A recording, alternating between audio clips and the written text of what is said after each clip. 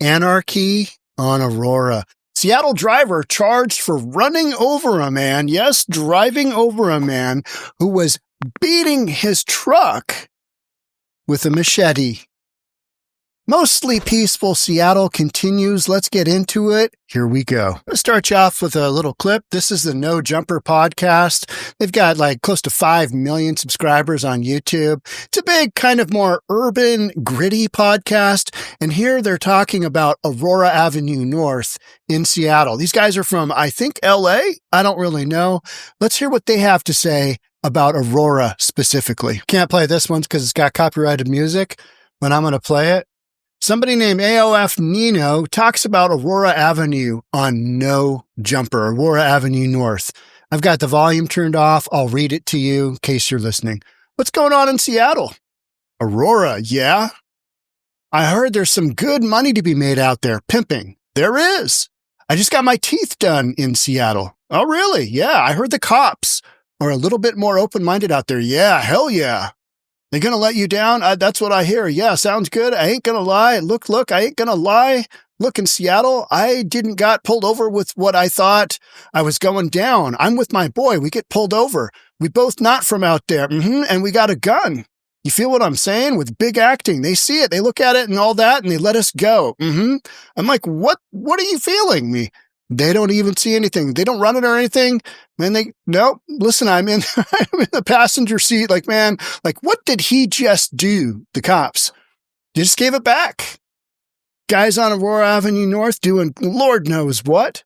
And, yeah, that happens. Now, No Jumper, if you're not familiar with No Jumper, here's the first podcast I came to with No Jumper. Maddie and Aurora on being bikini baristas and selling pee and toenails to dudes. Okay, so that's how many? 43,000 views.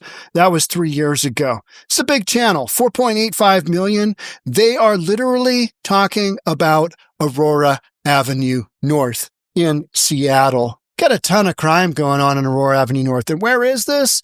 We're at 137th and Aurora. Aurora is one of the old highways before we had Interstate 5 go by.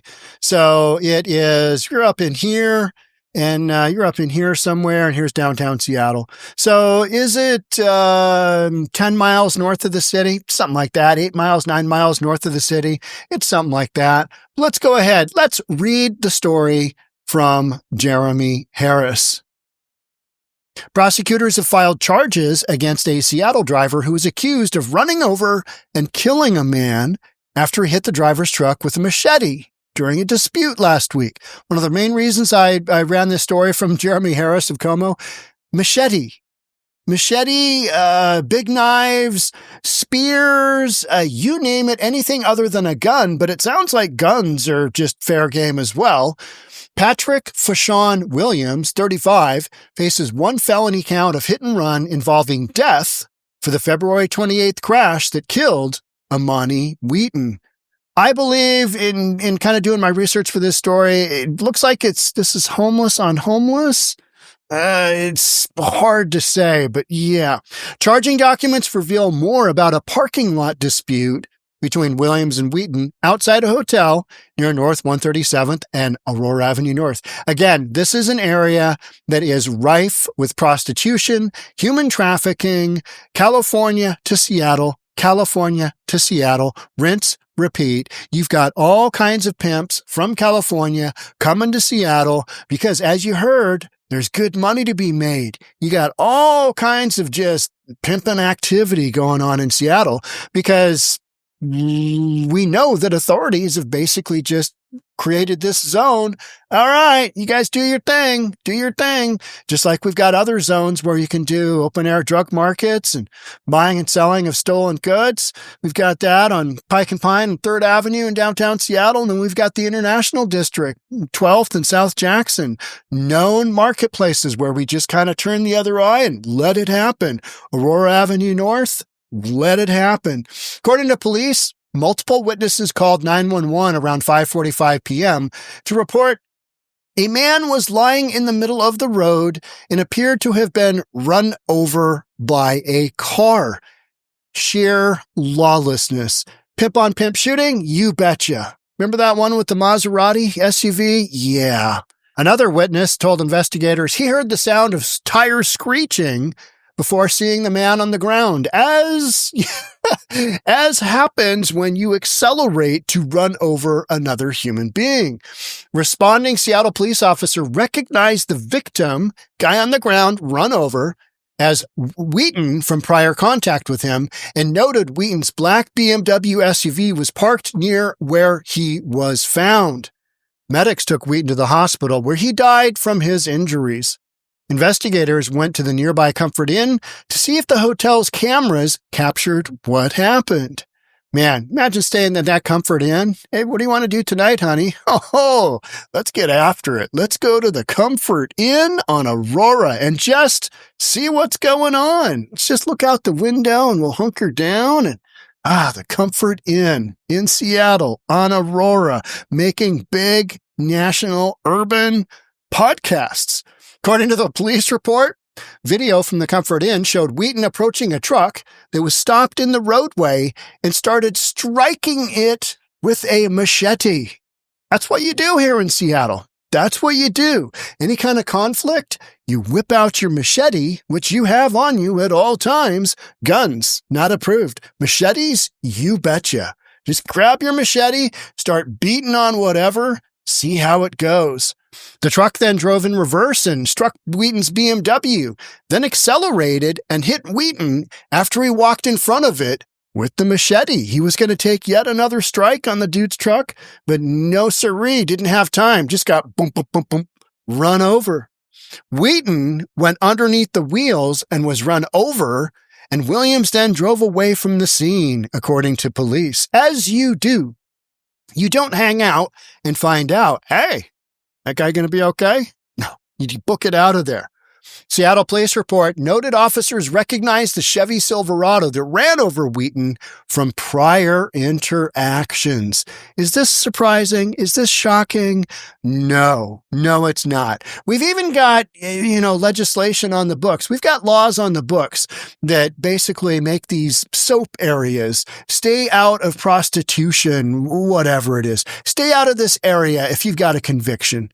It's not really helping. You've just got a crime situation that is out of control because we've said that arresting people for prostitution is racist. So we just kind of let it all happen. Just go after the Johns. Just go after those guys. Don't really go after the pimps. Don't really go after the girls. They say they go after the pimps, but some of the criminal activity we've literally seen in video after video, shootings, just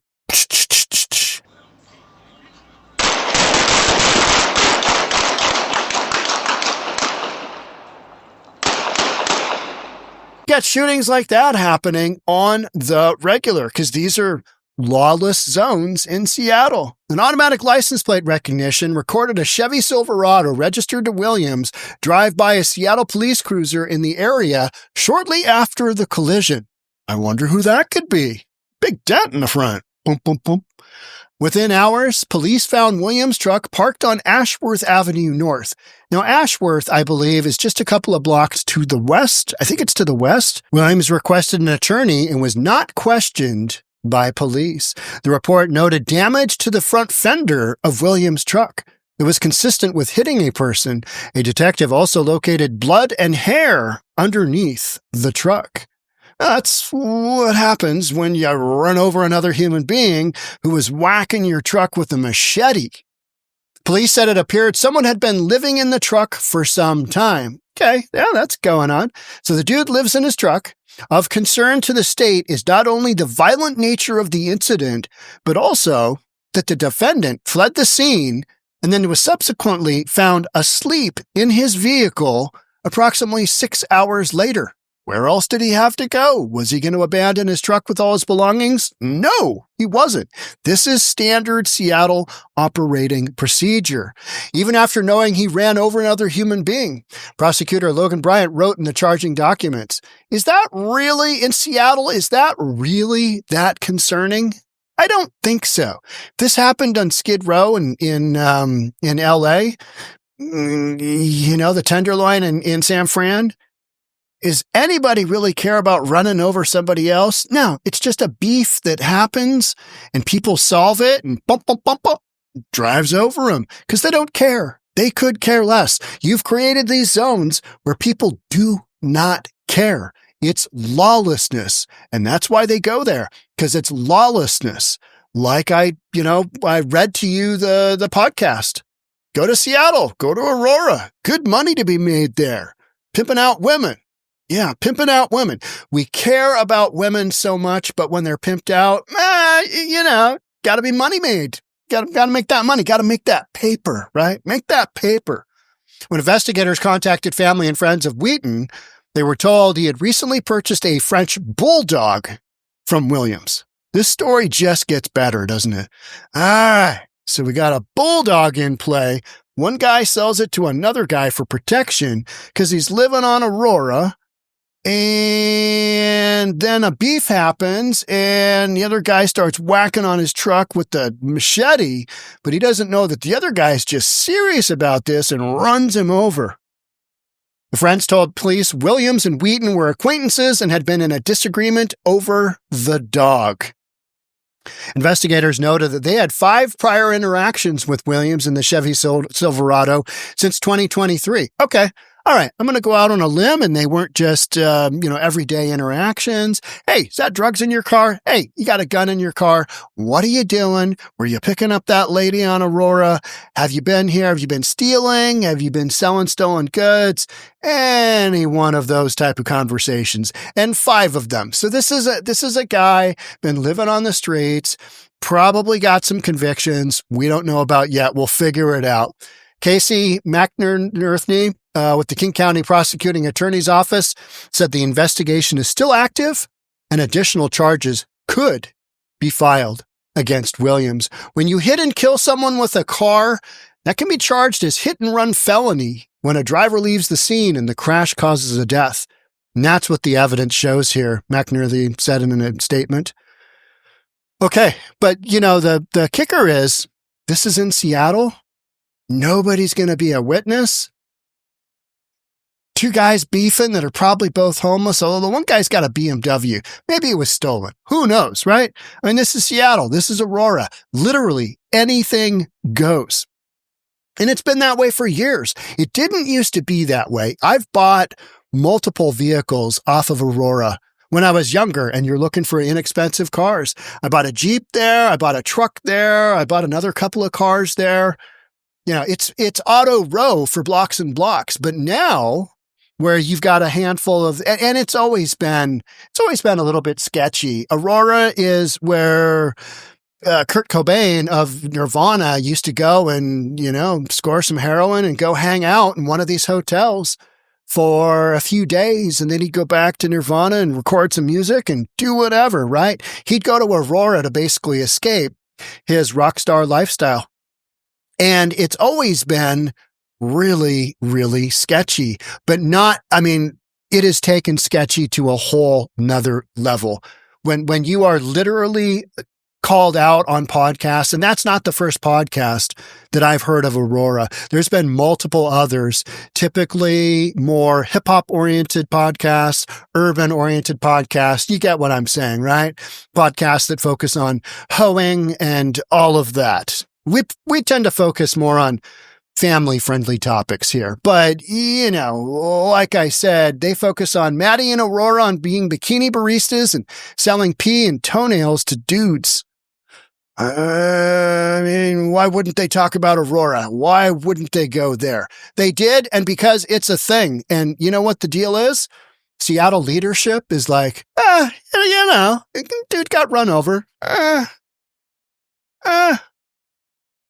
Yeah, that's the problem.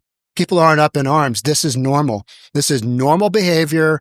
We've just said, it's okay. Just go ahead and do that. Instead of going in, arresting people and putting them in jail for long periods of time, actually taking them off the street, instead of hammering down on prostitution, we've kind of legalized it. We've legalized it. There's so much talk about protecting women, protecting this protected class, protecting trans people, but the reality is we really don't care. Criminal activity? It's okay. It's all right. It's all good. We're just Seattle. It's Seattle. We're just going to let her rip. And you know what? This story will get very, very little airplay because it's a single crime, happened once, couple of people that nobody really cares about, happened in an area where this happens all day long. A lot of pimp on pimp action. Nobody cares. Nobody cares. And this is what you get when you've allowed criminal activity, when you've got state laws that have just, let them do their thing. And then you've got on top of that, Seattle. We don't care. We're so progressive. We got so much progress here. We're just letting this stuff go. Now, are police doing what they can? I mean, kinda, but why do you try real hard when you know you've got a system of judges that just lets people out left and right? We are notorious. Seattle is notorious for these left-wing judges that just allow anything because they believe that incarcerating anybody is racist. It's racism, and we can't have that. Instead, we let people run over each other, and then we talk about, this is a serious crime. Killing another human being is a serious crime, which it is. You know what would happen if this happened in Texas? Somebody would immediately be arrested, they'd be prosecuted, and they'd go away for a long time. You know what happens in Seattle?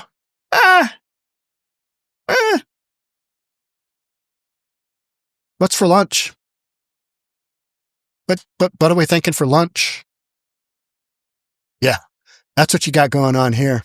All right. That's it for me on this one. Thanks so much for being here. I'll catch up with you in the next one. Bye for now.